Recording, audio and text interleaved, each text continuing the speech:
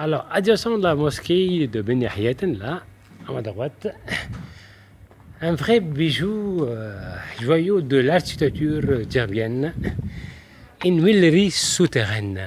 Voilà. Construire donc des huileries souterraines à Djerba, c'est vraiment d'usage. Et ça a aussi une explication, une justification. C'est donc à la recherche de la fraîcheur nécessaire pour les bonnes conditions de travail qu'on construit à Djerba justement des huileries souterraines, voilà, des huileries souterraines, et aussi construire donc des huileries souterraines, ça permet bien sûr d'assurer le bon conditionnement de l'huile d'olive et des olives évidemment. Voilà, c'est l'entrée de la huilerie de Ben Yahyaten.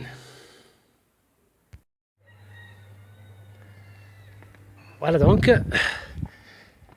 là je suis dans la huilerie, donc je vois une première coupole, une voûte, une deuxième voûte, et là au fond, c'est le puits bien sûr de la huilerie. Voilà. Je vais donc passer à l'intérieur pour filmer la huilerie de l'intérieur.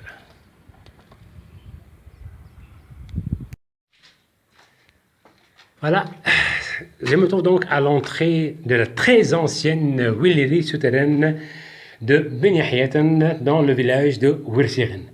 Les anciens donc jarres en terre cuite fabriqués à Gelala, pas loin d'ici, donc pour stocker l'huile d'olive. Voilà, une belle niche. Et voilà donc, je trouve, voilà en face de moi, l'ancien pressoir, alors sous lequel justement on empilait les scourtins remplis de pâte des olives pour en extraire de l'huile qu'on recueille justement et qu'on versait dans des jarres de décantation. Voilà, voilà les jarres de décantation. Voilà. Et là, bien sûr, c'est donc le pressoir à huile lui-même, formé donc d'une auge là, circulaire que l'on voit, sur laquelle est disposée une pierre cylindrique en granit, fixée à un axe que faisait tourner un dromadaire qui tournait en rond et auquel on a placé donc bien sûr des œilleurs là pour qu'ils ne s'étourdissent pas, pour qu'ils ne perdent pas connaissance. Et une fois donc les olives broyées par donc la pierre cylindrique, les olives donc seront par la suite justement placées dans des scourtins en alpha, comme je vois ici, voilà, c'est un scourtin en alpha, empilés donc les uns sur les autres là, puis donc soumis à une pression de pressoir là pour en extraire de l'huile d'olive. Voilà, donc encore des jarres, voilà.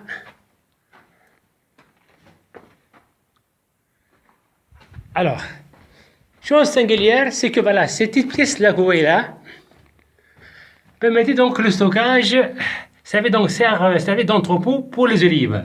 Ce petit trou dans la que vous voyez là, alors permettait donc de faire descendre les olives, donc d'en haut, les entasser ici, le temps bien sûr de les presser par la suite. Donc, ce sont des pièces qui servaient d'entrepôt pour les olives. D'ailleurs, dans la grande fraîcheur, parce que donc on est donc dans ce sol-là, et cette fraîcheur assure le bon conditionnement des olives. Ensuite, le bon conditionnement de l'huile d'olive elle-même. C'est vraiment un joyau de l'architecture djerbienne. Et là, on découvre le génie djerbien de l'architecture. C'est tellement beau, c'est vraiment fascinant. Il n'y a pas à dire. Vraiment, je tire un chapeau bas pour la famille Ben Yahyaten. Je les salue pour leur effort de nous avoir préservé ce précieux trésor et patrimoine djerbien qui malheureusement dans d'autres villages à Djerba que je connais, je trouve pas mal de huileries mais abandonnées, alors que là c'est très bien entretenu. C'est vraiment un vrai musée pour une huilerie souterraine. C'est lui donc qui veut savoir donc connaître les huileries de Djerba, il y a une seule adresse, la huilerie Ben Yahyaten, tellement elle est bien conservée. Bravo et encore merci pour la famille Ben Yahyaten pour cet effort de conservation de notre patrimoine djerbien.